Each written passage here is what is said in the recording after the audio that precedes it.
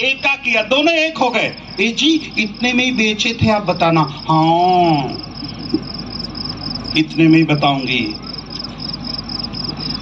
कई परिवारों में पति और पत्नी का मन कभी भी ना मिले, पैसे की बात आती दोनों एक हो जाते हैं। भिलाई की बात बता रहा हूं, एक हो जाते हैं। आज की शाम क्या आप अपनी जिंदगी जैसे चर्च में जी रहे हैं, क्या वैसी आप अपने ऑफिस में जी रहे हैं? क्या आपका जीवन जैसा चर्च में है, क्या बाहर भी वैसी है?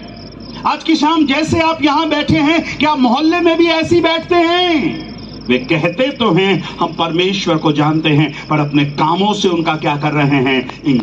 इनकार कर रहे हैं। आज कई मसीहों के काम देखकर बहुत दिल में दुख लगता है मेरे प्यारों। मसीह के नाम की बदनामी हो रही है, मसीह के नाम की महिमा नहीं हो पा रही। क्यों नहीं हो पा रही है? क्योंकि उन्होंने स्टार्टिंग पॉइंट को छोड़ दिया है, और स्टार्टिंग पॉइंट दौड़ की शुरुआत यह है, मन फिराना बहुत जरूरी है।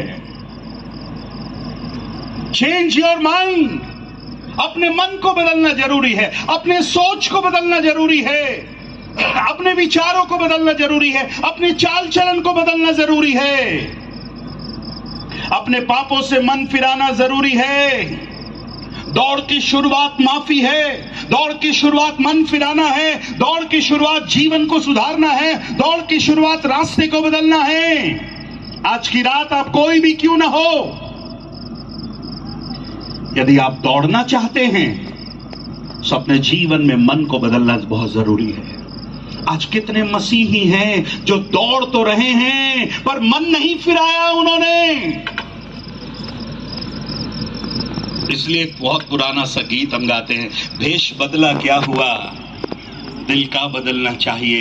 एक दो बातें नहीं, बिल्कुल बदलना चाहिए। अपने जीवन में एक दो बातें आपने बदल लिया, काफी नहीं है मेरे प्यारों, पूरी रीति से बदलना जरूरी है।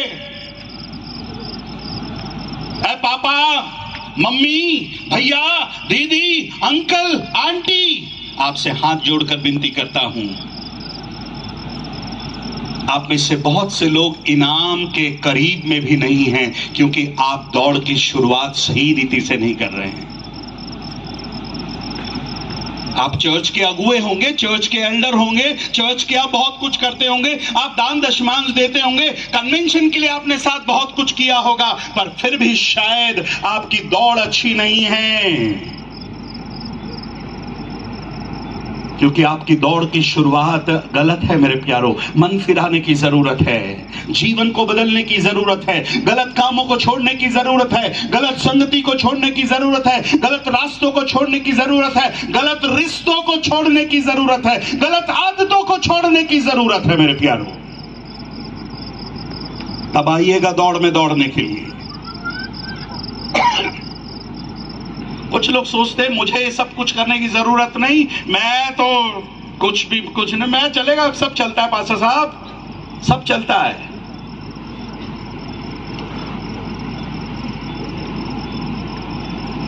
नहीं मेरे भाई, सब नहीं चलता है।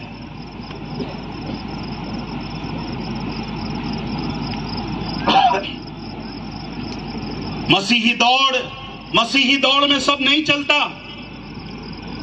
ये शारीरिक दौड़ की बात नहीं कह रहा पौलुस, एक आत्मिक दौड़ की बात कह रहा है। बीजेपी और कांग्रेस का टिकट की दौड़ नहीं है ये। अभी सरपंच का चुनाव हुआ, मालूम चला, और मैडम जी जीत कर आई। कितने लोग दौड़ रहे थे सरपंच के टिकट के लिए। ये सरपंच की दौड़ भी नहीं है, पर यह दौड़ एक आत्मिक दौड़ है मेरे प्यारों। और इस आत्मिक दौड़ में मेरे भाई मेरे बहन, मन फिराकर ही दौड़ना है, अपने जीवन को बदल कर ही दौड़ना है, अपने गुनाहों को कबूल करके ही दौड़ना है। मन फिराना होगा। यीशु मसीह ने कहा बिना मन फिराए मेरे बिना पिता के कोई भी परमेश्वर के राज्य में क्या नहीं कर सकता, प्रवेश नहीं कर सकता। आप मन फिराओगे तभी वो स्वर्ग खुलेगा।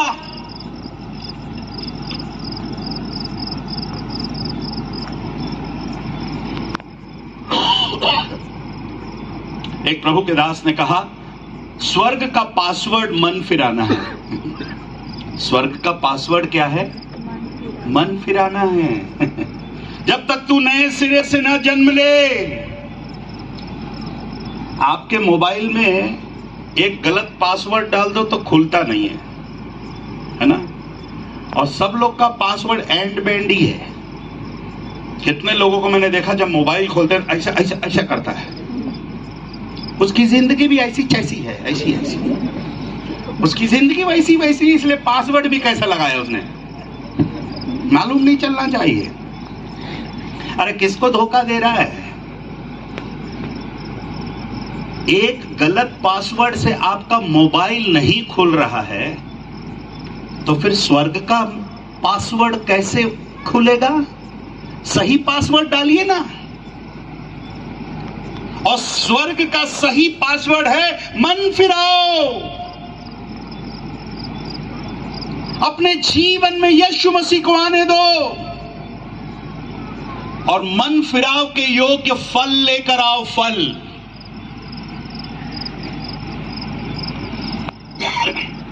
एक बार एक नाम के मसीही की शादी, नाम के मसीह होते ना, जो नाम के मसीह होते, पीटर जैसे लोग होते नाम के, एक विश्वासी बहन से शादी हो गई।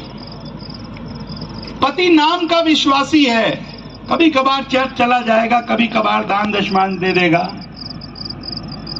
ऐसे भाई की शादी एक विश्वासी बहन से हो गई। दोनों की जिंदगी ठीक ठाक ही चल रही थी पर उतना मजा नहीं आ रहा था। कई बार पत्नी अपने पति को बताती रहती, ए जी मन फिराना बहुत जरूरी है, सुनो जी मन फिराना बहुत जरूरी है।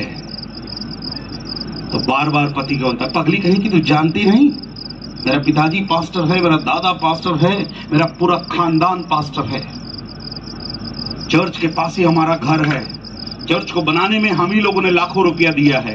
पत्नी बोलती थी ये सब ठीक है जी,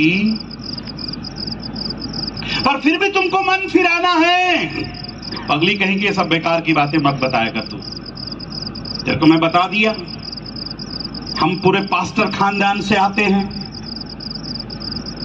पत्नी बिचारी अपने पति के लिए बार बार प्रार्थना करती रही, जब जब मौका मिला समझाती रही कि मन फिराना बहुत जरूरी है। पति के समझ में नहीं आ रहा। एक दिन कुछ ऐसा हुआ, पति आया ऑफिस से, पत्नी से कहा कल मेरे फ्रेंड्स घर पर आने वाले हैं, मेरे मित्र घर पर आने वाले हैं,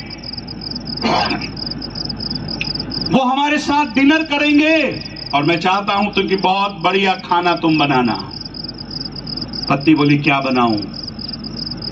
तो पति ने कहा कि मेरे फ्रेंड्स को फिश खाना है, फिश मछली खाना है। पत्नी बोली लेकर आइएगा, मैं बहुत अच्छा फिश बनाती हूँ, मैं बहुत अच्छी मछली बनाती हूँ। पति ने मछली ला कर दिया। पत्नी ने बड़े खूबसूरत तरीके से मछली को बनाया, सजाया और डाइनिंग टेबल पर रखा। सारे फ्रेंड्स आ गए, सारे फ्रेंड्स आए, बातचीत हुई। अब खाने की टेबल के ऊपर आए।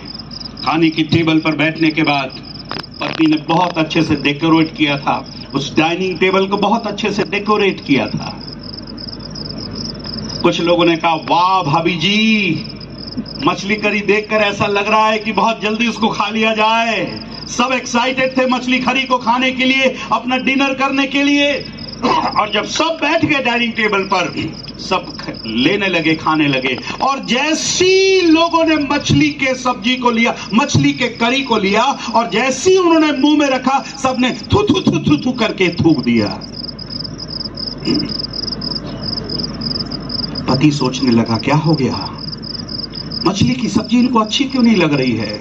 सबने कुछ और चीजों को लेकर खा लिया। सभी बड़े नाराज होकर निराश होकर चले गए। सबके जाने के बाद पति बहुत गुस्से में आया, अपनी पत्नी से बोलने लगा, क्या हो गया, ऐसा तू क्या डाली थी मछली में कि वो खाए नहीं, इतना कड़वा था। सब कुछ बोलने के बाद आखिरी में पति अपनी पत्नी से बोलता है, सुनती है? सुन तो रही हूं। मछली को धोई थी कि नहीं धोई थी तूने? पत्नी बोली, मछली को कौन धोता है, मछली तो जिंदगी भर पानी में रहता है, मछली तो 24 घंटा पानी में रहता है, मछली को कौन धोता है? मैंने भी धोया नहीं था, क्योंकि आपने पानी से ही तो लेकर निकाल करके लाया था, मैंने जैसे आपने लाया वैसी मैंने बना दिया। तब पति ने कहा, पगली कहीं की, मछली कितना भी पानी में रहे उसको लाकर धोना पड़ता है, उसको घिसना पड़ता है, उसको साफ करना पड़ता है, तब बनाना पड़ता है। तब पत्नी ने मौका देखा और बोला, यही तो मैं आपको कई दिनों से समझा रही हूं, पादरी के घर में पैदा हुआ होगा, चर्च के बाजू में होगा, कितना भी तू रहे पर तुझको मन फिराना पड़ेगा। तू कहां से कहां जोड़ रही है, तू कहां से कहां कहानी लेके जा रही है? तो बोले, मैं क्या समझाऊं, तेरे को मन फिराने के चक्कर में समझाने के लिए मुझे आज ऐसा ड्रामा करना पड़ा। मछली कितना भी पानी में रहे साफ करते हैं नहीं करते हैं? मछली इतने दिनों से, इतना पूरा जीवन पानी में रहने के बाद भी उसे साफ करना पड़ता है। आप कितने साल से भी मसीही परिवार में हो, मसीही परिवार में पैदा हुए हो, चर्च में आते हो जाते हो, कोई बात नहीं मेरे भाई, पर दौड़ की शुरुआत मन फिराना है। आप क्यों इनाम जीत नहीं पा रहे हो, क्यों आप दौड़ नहीं पा रहे हो? आपने मन नहीं फिराया है। प्रभु कहता है आप करेगा। पौलुस कहता है, दौड़ में तो दौड़ते सभी हैं, परिणाम एक ही लेकर जाता है, तुम ऐसे दौड़ो। आज कैसे दौड़ रहे हैं आप? क्या मन फिराए हैं? आज पुलपिट से कितने चॉकलेट संदेश दिए जा रहे हैं, आपको चंगाई मिलेगी, आपका प्रमोशन हो जाएगा, आपका बेटा अमेरिका चला जाएगा, आपका बेटा सिंगापुर चला जाएगा। हमारे यहाँ तो भारत में इतने महान महान भविष्यवक्ता थे, लॉकडाउन में भी इधर उधर भेज दे रहे थे सब लोग को। जब सब कुछ बंद था तब भी भयानक भयानक भविष्यवाणी कर रहे थे।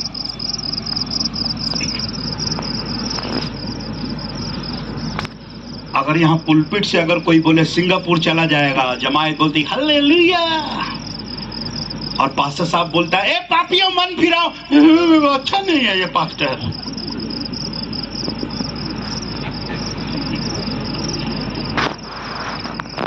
वो आखिरी समय कब था जब आपने पुलपिट से संदेश सुना हो, गलत रास्ते को छोड़ दो, पापों को छोड़ दो।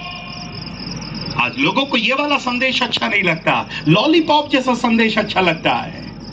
हम कुछ भी करें पास्टर साहब, हमारी आप तारीफ करिएगा, मेरे बारे में आप बताइएगा मैं बहुत अच्छा हूं।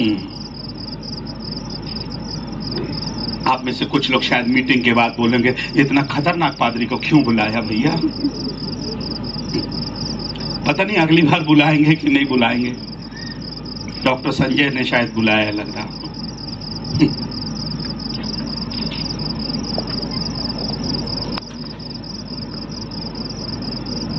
भिलाई में किसी ने पूछा, पास्टर साहब आपके यहां मिर्ची कब लगती है? आपके यहां मिर्ची कब लगती है? मैंने बोला, भिलाई में जब सच बोलो तब मिर्ची लगती है। कब लगती है मिर्ची? जब सच बोलो तब लगती है। आपको भी कुछ लग रही है? मेरी बातें ऐसे चिपक रही है? नहीं चिपक रही? नहीं चिपक रही तो चमड़ी कितनी मोटी है समझ लीजिए। मेरी बातें भी नहीं चिपक रही भैया, कितनी मोटी चमड़ी के लोग हैं पेंटिकोस्टल वाले। हेलो, मेरी बातें चिपक रही है जवान? हैं? अभी समझ में नहीं आ रहा हाँ बोलूं कि ना बोलूं। बदलिए अपने जीवन को, बदलिए अपने रास्तों को। यूहन्ना रचित सुसमाचार उसका 3रा अध्याय, यूहन्ना रचित सुसमाचार उसका 3रा अध्याय और उसके 2 पद को पढ़ेंगे। उसने रात को यीशु के पास आकर उससे कहा, हे सुनिएगा, हाँ सुनिएगा, एक व्यक्ति कब आ रहा है यीशु के पास? रात को। बोलिए कब आ रहा है? रात को। अरे थोड़ा बोलिए ना, आप लोग थोड़ा बोलेंगे तो अच्छा लगेगा। कब आ रहा है? रात को। रात में आ रहा है। जब उसको कोई नहीं देख रहा तब आ रहा है। रात में यीशु मसीह के पास आया और आकर क्या बोलता है? हे रब्बी, हे रब्बी, हम जानते हैं। अरे वाह, सुनिए मेरी तरफ देखिएगा। कोई आधी रात में आपके पास आकर बोले, अगर आप उससे पूछे कि क्यों आया है और वो आपसे बोले हम जानते हैं।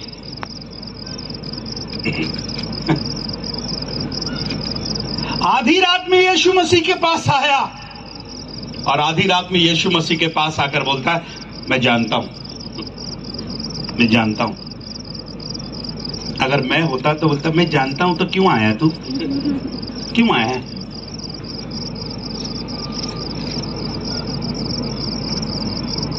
निकोदेमुस दौड़ना चाहता है। निकोदेमुस दौड़ने के लिए प्रभु के पास आया है और दौड़ की शुरुआत कैसे करना चाह रहा है? दौड़ की शुरुआत किस बात से करना चाह रहा है? मैं जानता हूं। दौड़ की शुरुआत मैं जानता हूं से नहीं होगा। दौड़ की शुरुआत मैं मानता हूं, ये पाप मैंने किया है, ये गुनाह मैंने किया है, ये गलती मैंने किया है। जानता हूं से नहीं, मानता हूं से करना पड़ेगा मेरे भाई। यीशु मसीह ने कहा, तू जानता है? यीशु मसीह तो सबको जानते हैं। उसी अध्याय के अगर ऊपर वाले पद में पढ़ें, 24वें वचन को पढ़िए, 2:24। परंतु यीशु ने अपने आप को उनके भरोसे पर नहीं छोड़ा। अपने आप को उनके भरोसे पर नहीं छोड़ा, क्योंकि वह सबको जानता था। क्योंकि वह क्या जा रहा है? सबको जानता था। मेरे प्रिय भाई बहन, एक भाई यीशु मसीह को इंप्रेस करने के लिए आया, प्रभावित करने के लिए आया। इंप्रेस कर, कई लोग की आदत रहती, इंप्रेस करना चाहते हैं। अपने गाने से इंप्रेस करना चाहते हैं, अपने स्टाइल से इंप्रेस करना चाहते हैं, अपने बातों से इंप्रेस करना चाहते हैं। और ये किसको इंप्रेस करने के लिए आया? यीशु मसीह को इंप्रेस करने के लिए आया, प्रभावित करने के लिए आया। रात में आया, कहीं तो किसी को मालूम ना चले। और यीशु मसीह से कहता है, रब्बी हम जानते। तो यीशु मसीह ने उससे कहा, क्या जानता है भाई तू? यीशु मसीह ने कहा, जब तक कोई नए सिरे से ना जन्म ले, परमेश्वर के राज्य में प्रवेश नहीं कर सकता। जब तक कोई मन ना फिराए, परमेश्वर के राज्य में प्रवेश नहीं कर सकता। एक गधा शरीर का आदमी को समझ में नहीं आया, हे प्रभु, मैं तो इतना बड़ा हो गया हूं, वापस अपनी मां के पेट में कैसे जाऊंगा? अरे तो थोड़ी देर पहले तो बोल रहा था हम जानते हैं, थोड़ी देर पहले तो बोल रहा था मेरे को सब कुछ मालूम है, और ये छोटी सी बात तेरे समझ में नहीं आ रही। आज बहुत से लोगों को छोटी सी बात समझ में नहीं आ रही, इसलिए दौड़ नहीं पा रहे हैं आप। आपकी दौड़ की शुरुआत मन फिराने से होगी मेरे भाई, आपकी दौड़ की शुरुआत मन फिराने से होगी मेरी बहन। और जो मन फिराने की बात मैं कह रहा हूं, एक सच्चे मन फिराव की बात कह रहा हूं। बाइबल में कुछ लोगों को मैं देखता हूं, उन्होंने एकदम सही रीति से मन फिराया, उसको कह सकते हैं एक सच्चा मन फिराव। पौलुस का मन फिराव एक सच्चा मन फिराव था, जक्कैया का मन फिराव एक सच्चा मन फिराव था, मत्ती का मन फिराव एक सच्चा मन फिराव था। आज कई लोगों का मन फिराव कुछ गलत उद्देश्यों से मन फिराते हैं। नहीं मेरे भाई, आप प्रभु को धोखा नहीं दे सकते। आप अपने आप को धोखा दे रहे हैं, आप चर्च वालों को धोखा दे रहे हैं, घर वालों को धोखा दे रहे हैं, पर आप प्रभु को धोखा नहीं दे सकते। आज मन फिराना बहुत जरूरी है मेरे प्यारों। दौड़ की शुरुआत मन फिराने से है। कुछ लोगों की दौड़ की शुरुआत ही गलत है। पहले भी कहा, उनकी दौड़ की शुरुआत ही गलत है। सब कुछ जानते हैं से नहीं। इंप्रेस मत करिएगा यीशु मसीह को। यीशु मसीह के पास आना है तो मन फिराइएगा।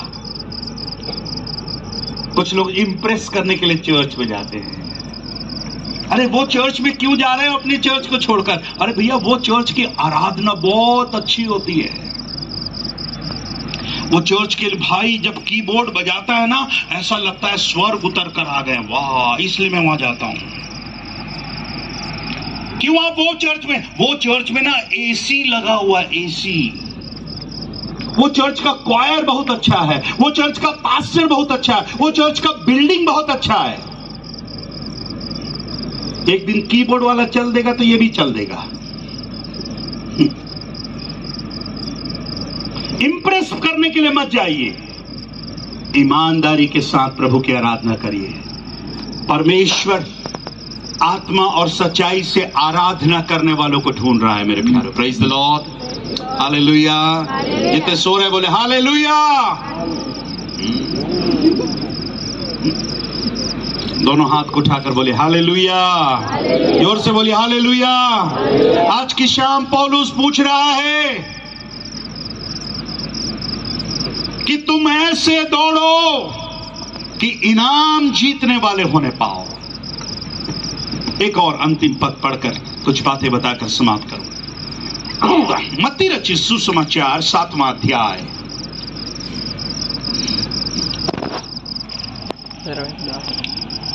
प्रभु ने चाहा तो इसी को मैं फिर कंटिन्यू करने की कोशिश करूंगा, या जैसा फिर पवित्र आत्मा अगुवाई दे।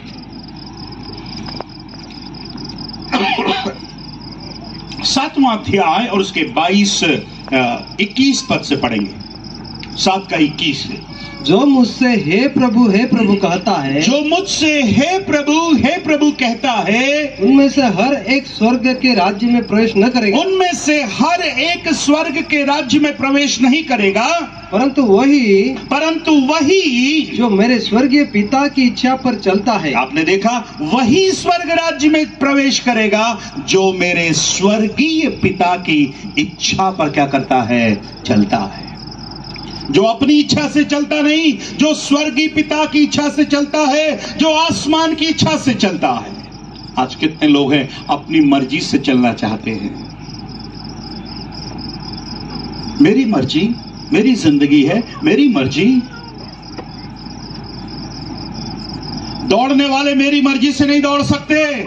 दौड़ने के कुछ नियम हैं, दौड़ने के कुछ शर्तें हैं। आप अपनी मर्जी से नहीं दौड़ सकते। दौड़ के कुछ कायदे कानून हैं। और यहां पर लिखा है अपनी इच्छा से नहीं। और फिर आगे देखिए क्या कहता है। हाँ, 22। उस दिन बहुत तरह मुझसे कहेंगे। कौन से दिन? उस दिन। ध्यान से सुनना। उस दिन, एक दिन आने वाला है हमारी जिंदगी में, हमारी दौड़ का पुरस्कार मिलेगा, हमारे दौड़ का इनाम मिलेगा। मैं भी जब स्कूल में था, दौड़ने का दिन अलग होता था, प्राइज डिस्ट्रीब्यूशन का दिन अलग होता था। जिस दिन दौड़ते थे उस दिन दूसरे सारे प्रोग्राम होते थे। एक दिन पुरस्कार वितरण होता था, प्राइज डिस्ट्रीब्यूशन। और जो जीता है वो बहुत एक्साइटेड रहता था कि आज मुझको इनाम मिलेगा, आज मेरी दौड़ का मुझे पुरस्कार मिलेगा। बाइबल भी बताती है आपकी दौड़ का इनाम मिलेगा। और कहता है उस दिन, वो दिन जब मुझको और आपको इनाम दिया जाएगा। आज जो दौड़ रहे हैं, इस दौड़ का एक दिन इनाम मैं और आप पाने वाले हैं मेरे प्यारों। पर कुछ लोग उस दिन कहेंगे, क्या कहेंगे? लिखा है उस दिन बहुत से लोग मुझसे कहेंगे, हे प्रभु, क्या हमने तेरे नाम से भविष्यवाणी नहीं करी? दे मेरा इनाम। क्या तेरे नाम से दुष्ट आत्माओं को नहीं निकाला? दे मेरा इनाम। क्या तेरे नाम से बहुतों को चंगाई नहीं मिली? दे मेरा इनाम। बहुत से लोग इनाम मांगेंगे, प्रभु मैंने तेरे नाम से भविष्यवाणी करी, मैं अपने चर्च के 15 लोगों को सिंगापुर भेज दिया। मेरे बोलने से उनको नौकरी मिल गई, मेरे बोलने से उनको छोकरी मिल गई। अरे वाह, एक दिन इनाम मांगने वाले हैं। प्रभु दे मेरा इनाम, मेरी भविष्यवाणी के इनाम दे, मेरी दुष्ट आत्मा निकालने के इनाम दे, मेरे अद्भुत कार्यों के इनाम दे। प्रभु ने कहा देता हूं ना बेटा, बहुत बड़े बड़े इनाम रखे। भविष्यवाणी का इनाम अलग है, दुष्ट आत्मा का अलग है, सबका अलग अलग इनाम रखा, सब देता हूं। ऐसा कहा प्रभु ने। प्रभु ने क्या कहा देखिए, क्या लिखा है आगे देखिए। अरे कहां रुक जाता है भैया तू? तेईस पढ़ो। पहले क्या पढ़ा था तू? 22 पढ़ा था, 23 नहीं पढ़ेगा। हाँ पढ़। तब मैंने उनसे खुलकर कहा। और ध्यान से सुनिए, ये किन किन लोगों से कह रहा है? ये वो लोग हैं जो इनाम मांगने के लिए आए हैं, अपनी भविष्यवाणी का इनाम मांग रहे हैं, अपने अद्भुत कार्यों का इनाम मांग रहे हैं, अपनी चंगाई का इनाम मांग रहे हैं। प्रभु देना कब देना, प्रभु देना कब देना, मैंने भविष्यवाणी करी है। आज ऐसे चमत्कार करने वाले होते ना, आज कोई कसम से कोई कुर्सी खाली नहीं रहती। पर आज बत्ती देने वाला पादरी आए तो कल देखना और खाली हो जाएंगे। चमत्कार वालों को लेकर आइए, ओ दौड़ते दौड़ते आ जाएंगे, पूरा भर जाएंगे। ये चमत्कार करने वाले हैं बाइबल में, भविष्यवाणी करने वाले, दुष्ट आत्मा निकालने वाले, अद्भुत कार्य करने वाले। और प्रभु इनसे कहता है तब मैं उनसे खुलकर कह दूंगा, छिप कर कहूंगा नहीं लिखा है। क्या मतलब कहता है? खुलकर कहूंगा। खुलकर कहूंगा मतलब दे माइक दो, माइक दो मेरे को, माइक दो, माइक में लेकर खुलकर कह दूंगा। क्या कह दूंगा? लिखता है मैं तुमको कभी नहीं जाना। पास्टर आई डोंट नो, आप कौन है मुझे नहीं मालूम। तब ये पास्टर बोलेगा अरे प्रभु आप मुझे नहीं जानते, मैं गुजरात में कितना फेमस हूं, मैं नवापुर में कितना फेमस हूं, मेरे नाम के बड़े बड़े पोस्टर लगते हैं, मेरा नाम ही काफी है। प्रभु बोलता है आई एम सॉरी, मुझे नहीं मालूम आप कौन है। प्रभु आपको नहीं मालूम, 10 लाख मेरे फॉलोअर्स हैं, सबसे ज्यादा यूट्यूब में मेरे प्रचार हैं। अरे बाप रे, प्रभु कहेगा आई एम सॉरी, मैं तुझे नहीं जानता। इतना ही बोल देता तो काफी था कि मैं तुम्हें नहीं जानता, पर प्रभु ने कहा रुक, एक बात और बोलनी है तुझको। उसके बाद यीशु मसीह ने कहा मैं तुमको कभी नहीं जानता। फिर यीशु मसीह ने कहा हे कुकर्म करने वाले, मेरे पास से क्या है, चले जाओ। चर्च, कलीसिया, ध्यान से सुनिए, यीशु मसीह किसको बोल रहा है? मैं तुमको इनाम नहीं दूंगा। तुमने किया होगा पर तुम्हारी दौड़ गलत है, तुम्हारी शुरुआत गलत है। मेरे प्रिय भाई और बहनों, अगर ऐसे लोगों को ही ये जितने आश्चर्य कर्म किए हैं, इनको ही अगर इनाम नहीं मिलेगा तो फिर हम लोग कौन से खेत की मूली है आप देख लीजिए। Are you with me? आप में से कई लोग सोचते होंगे ये अद्भुत कार्य करने वाले को तो ज्यादा इनाम मिलेगा, आश्चर्य कर्म करने वालों को तो अरे बाप रे बड़ा इनाम मिलेगा, भविष्यवाणी करने वालों को तो और बड़ा इनाम मिलेगा। पर प्रभु कहता है मेरे पास कुछ भी नहीं है, ठेंगा। मेरे सामने से दूर हो जाओ है कुकुन करने वालों। चर्च, आज की शाम आपको मैं चेतावनी देना चाहता हूं, आपको सावधान करना चाहता हूं। ऐसे बिजनेस करने वाले पादरियों से संभल करके रहिएगा, ऐसे व्यापार करने वाले पादरियों से संभल कर रहिएगा।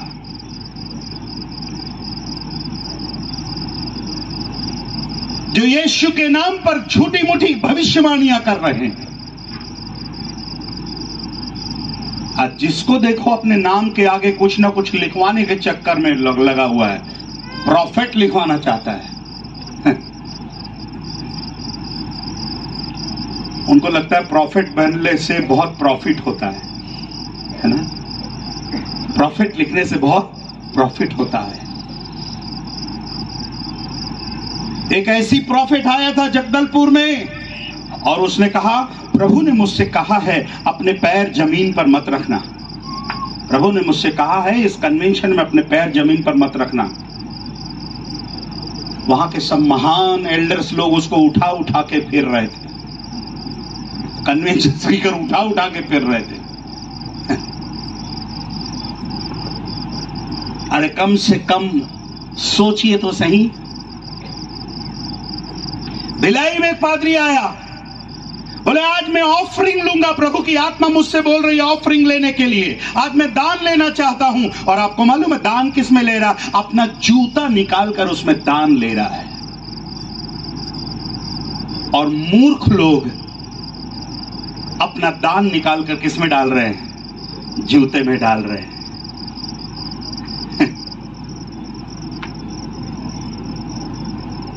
इसलिए प्रभु कहता है मेरी प्रजा मेरे ज्ञान के ना होने से क्या हो रही है? नाश हो रही है। उस दिन प्रभु मेरा इनाम दे, प्रभु कहेगा आई एम सॉरी, मैं तुझे नहीं जानता। प्रभु मैंने दुष्ट आत्माओं को निकाला, मैं नहीं जानता। मैंने तेरे नाम से बड़े बड़े काम किए, आई एम सॉरी, मैं तुझे नहीं जानता। मेरे सामने से दूर हो जाओ, तुम कुकर्म करने वाले लोग हो। आज की शाम मेरे प्रिय भाई और बहन,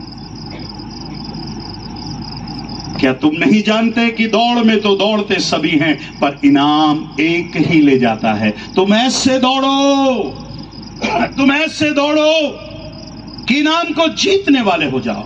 आज की शाम क्या आप दौड़ने के लिए तैयार हैं? क्या आज की शाम आप मन फिराने के लिए तैयार हैं? मैंने सुबह भी कहा लाखों रुपए इस कन्वेंशन के लिए खर्च किए जा रहे हैं।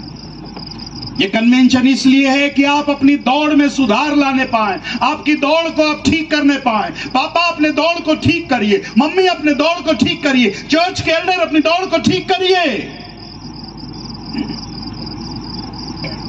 और यदि आप ठीक करने के लिए तैयार हैं, आज की रात ही प्रभु आपके दौड़ को ठीक करना चाहता है मेरे प्यार।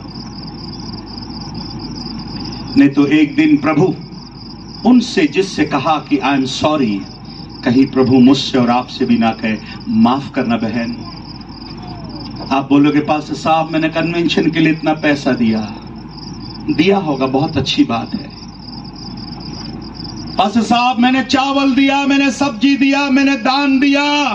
आज की रात मैं आपसे पूछ रहा हूं बहन भाई, आपने सब कुछ दिया। आज की रात्रि आपसे पूछ रहा हूं क्या आपने प्रभु को अपना दिल दिया?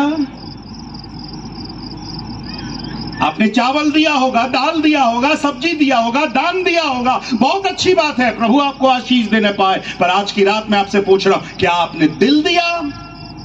क्या अपना जीवन प्रभु को दिया? अगर नहीं, आपका दाल बेकार है, आपका पैसा, आपका रुपया, आपका सब कुछ बेकार है यदि आपने दिल नहीं दिया मेरे प्यारो, अपना जीवन प्रभु को नहीं दिया है मेरे प्यारो। लॉकडाउन में जब आराधना बंद थी, जब चर्च में आराधना नहीं हो रही थी, आपकी जिंदगी कैसी थी मेरे प्यारो?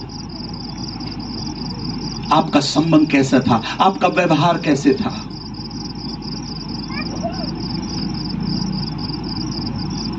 एक हफ्ते के अंदर ही पेपर में, भिलाई के पेपर में आया कि सबसे ज्यादा पति और पत्नी के बीच में लड़ाई होने लगी। एक हफ्ते के अंदर लॉकडाउन में ही सबसे ज्यादा पति और पत्नी के बीच में लड़ाई होने लगी।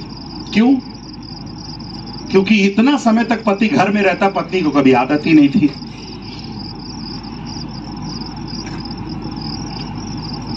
सुबह होते 9 बजे चल देता था पति, फिर वो शाम को आया तो आया, नहीं तो शाम को रात में आता था, पी के टर होकर आता था। तो पत्नी को अच्छा लगता था, दिन भर वो भी नहीं रहता था, ये भी नहीं रहती थी, वो भी अपना घूम रहा है, ये भी अपना घूम रहा है। अब पत्नी भी कहीं नहीं जा पा रही, पति भी नहीं कहीं जा पा रहा, दोनों घर में, तो दोनों घर में डिशुम डिशुम चल रहा है।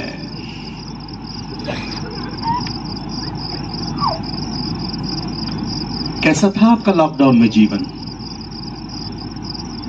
पर धन्य है वे लोग जो लॉकडाउन के समय में भी ईमानदारी के साथ अपनी दौड़ को दौड़ते रहे मेरे प्यारे। मुझे नहीं पता आपकी आराधना कैसी चलती थी। ऑनलाइन में कुछ आराधना चलती थी, कोई एक मीटिंग में मैंने भी प्रचार किया था, ऑनलाइन में आराधना चल रही थी क्योंकि चर्च प्रयास कर रहा था किसी की दौड़ बंद ना हो जाए, किसी की दौड़ कमजोर ना हो जाए, कोशिश कर रहे थे। पर भी कुछ लोग थे वो लॉकडाउन में भी मजा कर रहे थे, दौड़ना नहीं मांग रहे थे। इसलिए कई लोगों को दौड़ने में परेशानी हो रही। अब लॉकडाउन के बाद चर्च खुला है, आज भी कई लोग मेरे यहाँ नहीं आते, बोले पास्टर साहब चलने दीजिए ना, लॉकडाउन में अच्छा लग रहा है, ऐसा यूट्यूब में आप डाल के रखिए, जूम में अच्छा लग रहा है। मैंने कहा क्यों अच्छा लग रहा है? मेरे को समझ में नहीं आ रहा था, लोग चर्च क्यों नहीं आना मांग रहे हैं। तब समझ में आया, अच्छा घर में रहने से अच्छा घर में देखेंगे, नहाना नहीं है, संडे नहा के आना पड़ता है चर्च, अब नहाना नहीं है, कपड़ा भी नहीं बदलना है, मैक्सी में चड्डी बनियान में ही बैठ गए घर पर, खाना भी वही खा रहे हैं, देख रहे हैं, और उससे बड़ी बात पेट्रोल का खर्चा भी बच गया, और उससे मजे की बात 10 रुपए दान भी बच गया। अरे तो इतना बचा बचा के क्या कर लिया? क्या मतलब सब कुछ बचा लिया और जिंदगी नहीं बची? आज की शाम क्या अपनी जिंदगी को बचाना चाहते हो? मेरे जवान भाई, मेरे जवान बहन, आपसे विनती कर रहा हूं, दौड़ने के लिए तैयार हो। अगर दौड़ने के लिए तैयार हो तो दौड़ की शुरुआत मन फिराने से होगी, पश्चाताप करने से होगी, अपने पापों को छोड़ने से होगी, अपने गलत रास्तों को छोड़ने से होगी, गलत रिश्तों को छोड़ने से होगी। यदि आप छोड़ने के लिए तैयार हैं, जिस दिन आप अपने गलत रास्तों को छोड़कर प्रभु से आएंगे, प्रभु आपसे कहता है तेरा इनाम मेरे पास है, तेरा प्राइज मेरे पास है, तेरा पुरस्कार मेरे पास है। आज मैं अपने पिता के मुंह से ये नहीं सुनना चाहता, मैं नहीं चाहता कि प्रभु मुझसे ये बोले कि मैं तुझे नहीं जानता, पर मैं एक दिन आसमान से अपने लिए ये आवाज सुनना चाहता हूं कि ये मेरा प्रिय पुत्र है जिससे मैं क्या हूं, आनंदित हूं। मेरे प्यारों, ही इज माई बिलवड सन, ये मेरा प्रिय पुत्र है, ये मेरी प्रिय पुत्री है। आज अगर कोई बोले कि आप क्या सुनना चाहते हो यीशु, मैं बोलूंगा यीशु मैं आपके मुंह से ये सुनना चाहता हूं कि ये मेरा प्रिय पुत्र है। मेरे भाई, मेरे बहन, आप क्या सुनना चाहते हो? क्या आप ये सुनना चाहते हो कि मैं तुम्हें नहीं जानता? शायद गलत हो जाएगी, आपका जीवन खराब हो जाएगा, पर आज की शाम हम ये सुनने पाए, ये मेरा प्रिय पुत्र है, ये मेरी प्रिय पुत्री है। आइए अपनी आंखों को बंद करें।